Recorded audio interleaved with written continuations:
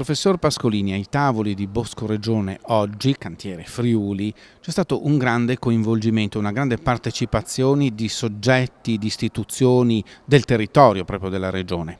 Sì, questo è anche frutto non solo dell'importanza del tema e dell'interesse del tema, ma il lavoro di questi 2 anni di Cantiere Friuli. Il fatto di avere fin dall'inizio pensato che l'interlocutore con cui costruire questo progetto fossero proprio gli enti locali, le istituzioni, i professionisti, i rappresentanti delle associazioni, ha portato ad avvicinare nel corso del lavoro anche con le altre officine tutta una serie di soggetti che poi, utilizzando un termine magari un po' turistico, abbiamo fidelizzato.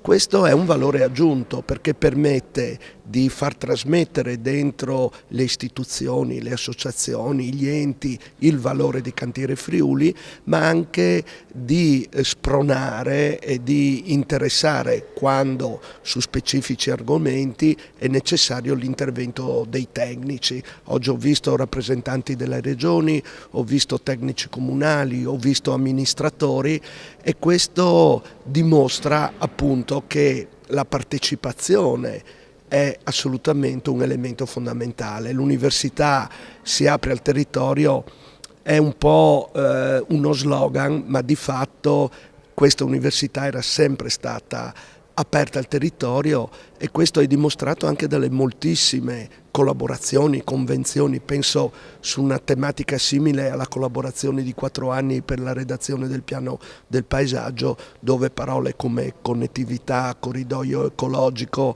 reti, paesaggio erano state le parole chiave.